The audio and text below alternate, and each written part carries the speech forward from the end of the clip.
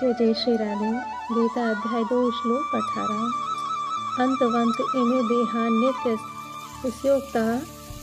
शारीरिणः अनाशिनो अप्रमेय यस्य तस्माद्धोदयश्व भारत। अविनाशी अप्रमेय तथा शाश्वत जीव के भौतिक शरीर का अंत अवश्यंभावी है, अतः हे भरतवंशी युद्ध करो। तात्पर्य: भौतिक शरीर स्वभाव से नाशवान है, यह तत्क्षण नष्ट हो सकता है और 100 वर्ष बाद भी यह केवल समय की बात है। इसे अनंत काल तक बनाए रखने की कोई संभावना नहीं है। किंतु आत्मा इतना सूक्ष्म है कि इसे शत्रु देख भी नहीं सकता। मानना तो दूर रहा, जैसा कि पिछले श्लोक में कहा गया है, यह इतना सूक्ष्म है कि कोई इसे मापने की बात सोच भी नहीं सकता। अतः दोनों ही दृष्टि से शोक का कोई कारण नहीं है, क्योंकि जीव जिस रूप में है न तो उसे मारा जा सकता है, न ही शरीर को कुछ समय तक या स्थायी रूप से बचाया जा सकता है। पूर्ण आत्मा के सूक्ष्म कण अपने कर्म के अनुसार ही यह शरीर धारण करते हैं। अतः धार्मिक नियमों का पालन करना चाहिए। वेदांत सूत्र में जीव को प्रकाश बताया गया है, क्योंकि वह परम प्रकाश का अंश है। जिस प्रकार सूर्य का प्रकाश सारे ब्रह्मांड का पोषण करता है, उसी प्रकार आत्मा के प्रकाश से इस भौतिक देह का पोषण होता है।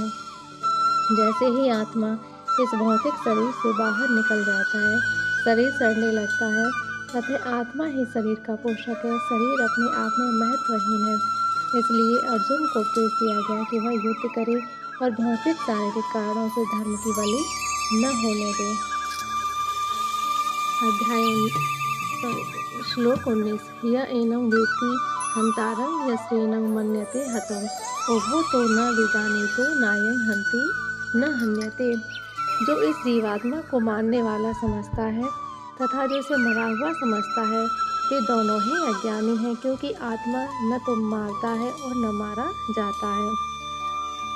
तात्पर्य: जब देहधारी जीव को किसी घातक हथियार से आघात पहुंचाया जाता है, तो यह समझ लेना चाहिए कि शरीर के भीतर का जीवात्मा मरा नहीं है।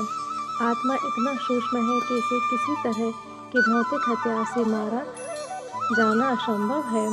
जैसा कि अगले श्लोकों से स्पष्ट हो जाएगा, न ही जीवात्मा अपने आध्यात्मिक स्वरूप के कारण बद्ध है, जिसे मारा जाता है या जिसे मरा हुआ समझा जाता है।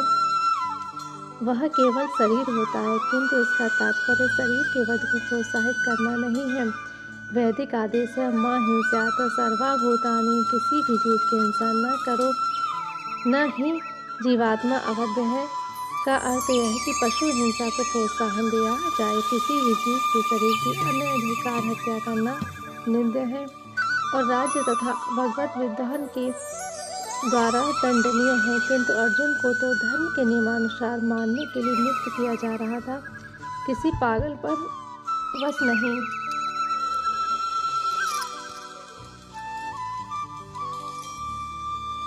श्लोक 20। न जायते म्रियते न कदाचित् त्रायं भूत्वा भविता वा न भूय अजो नित्य शाश्वतो अयं पुराणो न हन्यते हन्यमाने शरीरे।